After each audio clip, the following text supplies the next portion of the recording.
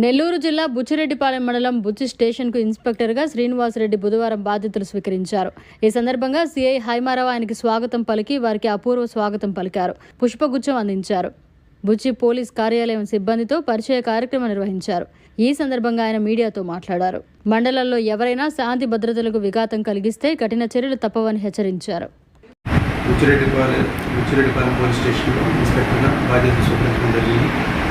అలాగే బుచ్చిరెడ్డిపాలెంలో ఎటువంటి సాంఘిక కార్యకలాపాలు కానీ అట్లాగే శాంతి భద్రతల విషయంలో కానీ రాజీపడే ప్రసక్తి లేదు.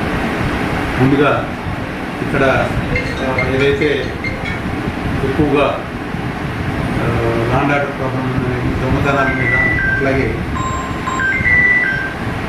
గంజాయి కానీ అట్లాగే పేకాట క్రికెట్ బెట్టింగ్ వాటి మీద కూడా దృష్టి సారించింది. ప్రాపర్టీ అఫెన్స్ కూడా జరుగుతుంది చెప్తున్నారు. ప్రాపర్టీ అఫెన్స్ కూడా దృష్టి సారించి జరగకుండా ముందు చిరుకూరుపేటలో తీసాను. చిరుకూరుపేట ఓవల్సీ అక్కడి నుంచి బుచ్చిరెడ్డిపాలెం మరిన్ని అప్డేట్స్ కోసం మన HN9 టీవీ ఛానల్ని సబ్స్క్రైబ్ చేసుకోండి.